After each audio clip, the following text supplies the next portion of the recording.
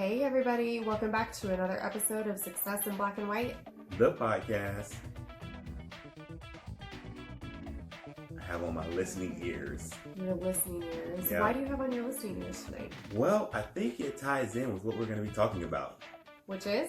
Receiving feedback. Yeah, because it's hard to receive feedback. Yeah. I mean, especially if it's negative feedback. Ooh.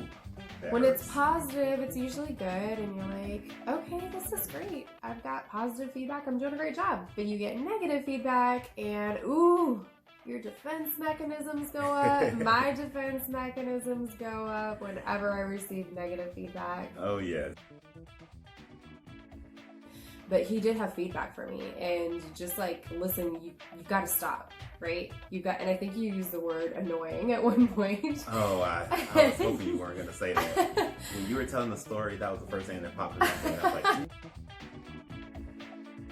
if you are in a critical conversation, a crucial conversation, and you're getting feedback, you're receiving feedback from somebody, you have to listen to them to understand their point.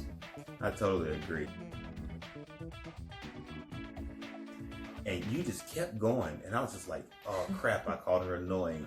And I was waiting for that backlash, Yeah. And it never came, and I was like, oh, I see what you did.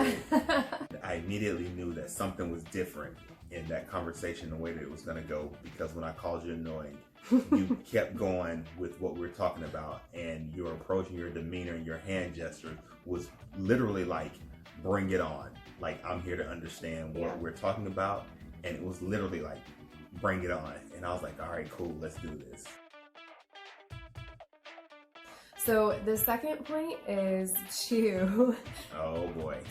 don't get defensive. And I think that's detrimental because it means that you're focusing on yourself and you're not focusing on the overall issue or problem that they're trying to bring to your attention. Is it safe for me to say that if you are defensive or you get defensive during feedback being given to you, that it's going to lead to more or a longer conversation? Because we've talked about it with our personal relationship. Like when you get defensive, you shut down, I walk away, and then we have to come back and have a conversation about the original conversation. Yeah.